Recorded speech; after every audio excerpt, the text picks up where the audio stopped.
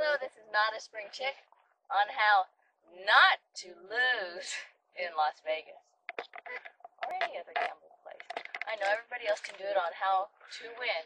We're going to tell you how not to lose. Now, does that sound odd? Well, there's two ways of looking at it.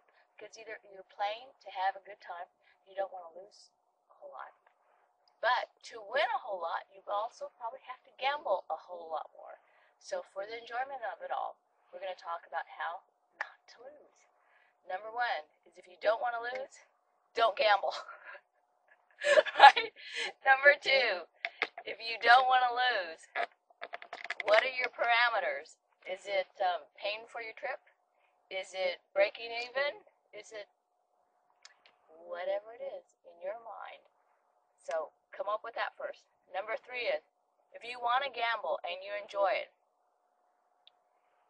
put aside some money to go gambling with when you're on your trip.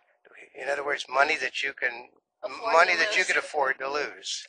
And it's not. So don't take your mortgage payment, your car payment, your rent payment, or other payments. And don't touch your credit cards, ATMs, or anything else. Ah, yes. So when you do come here, number four, are we on number four now? Bring some extra cash with you that you're planning on playing with. Separate your money so you know what you're going to be playing with and what you're not going to be playing with. You know, like separating how much money you need to get back home, such as food and miscellaneous, you know, whatever your incidental expenses are. Okay, so that's a good start. And then, once you start playing, you have a set amount. Whether it's, I don't know, $5, $100, $1,000, $2,000. Or $5,000. Or $5,000. Yep. So you have a set-aside amount of money that you're going to gamble with. And you can decide either, well, I'm going to gamble with it and I'm going to go for it and win big. And this is not a deal or no deal thing, okay? Don't play deal or no deal, folks. That's a real loser for you. So is your winning or not losing coming back with what you left with? Or is it like if, you know, you start out with $100, $5,000, whatever. It's like, oh, well, let's just try it. We'll play it through. I have planned that I can lose that much anyway. If that's your attitude, you may just play it all off and enjoy it, and that was your entertainment. But if you're serious and you want to make money along the way, I know my dad always used to do this, is like when you started winning, you would replenish to where you started, and you split your earnings. So part of it goes into, you start putting it back with what you initially started with, and then you play with your winnings. And then as you win more and more, you split your winnings, and so you keep adding to that. And so if you continue on, you will continue to build your winnings. Now the tempting part is when you're gambling, it's not always, shall we say it like the housing market, where it's the housing market is going down. It's going down, but it goes up and down and up and down. And part of the idea of gambling is, how long can you gamble? Okay, how much can you lose before you know when to walk? Oh, that was that Kenny, well, not, it's not. Know when to hold them. Know when to hold them, know when to fold them. That's right. Kenny Rogers. Kenny Rogers. So that's a lot of it has to do with playing the machines. Now, one of the things that we've noticed is the machines have changed. For example, if you're playing craps, well, you probably know that sometimes there's $5 tables or sometimes 10 and sometimes 20 as a minimum bet. But also the slot machines, which is what we're probably going to we are going to focus more on today, are slot machines. Because there used to be a lot of quarter machines and there were dollar machines, you know, some of your straight machines. Most of the machines in Las Vegas, they're multi-denominational now. I know. And what that means is that same machine will take a penny, 5 cents, 10 cents, a quarter, 50 cents, a dollar. What? Yep. Yep. And instead of playing one line, remember that you used to play it, you'd play one line? Well, you get to play multiple lines. The most I've seen are, what, 50 lines? Is that the most you've seen all Cam? Okay. 50 lines. You pay up to 500 credits. Yep, so 50 lines times 10 credits per line, plus a bonus feature. So those penny machines, or those actually a penny machine that starts out at 50 lines, you could end up spending, what was the highest we saw? You get about $5 on a penny machine. And then some of them were even more because. But if you play, that's if you play 50 lines times 10 cents. But then if you add a bonus feature, you can stick more on top of that. That's right.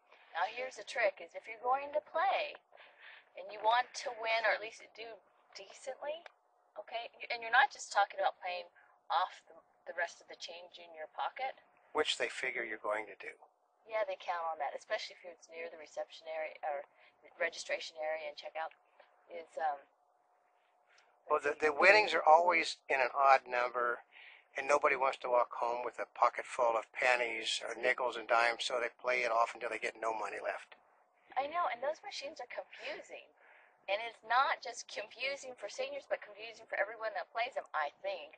Because when you look at them, you're like, what is 1 line, 20 lines? And they'll kind of make maps, but you have no idea what you points. And the maximum bet is right next to play the same bet again. We found that out. Oh. Now here's the tricky part is, when you want to, if you're tempted to do the maximum bet, before you press that button, figure out what the maximum bet is. Because what you might have planned to, sit there and do, like 10 spins or 10 rolls, or it may be 1. Yeah. Okay? For everything you have in one roll. So here's the other trick. When you're going to play it and you're trying to figure out the machine, do it in the smaller amounts. But we figured out that if you want to even stay even and not lose that much, is you need to play all the lines, at least 1 credit, and enact the bonus feature. So that means that penny machine may cost you 30, a minimum of 30, up to $1.05. Okay. Yep.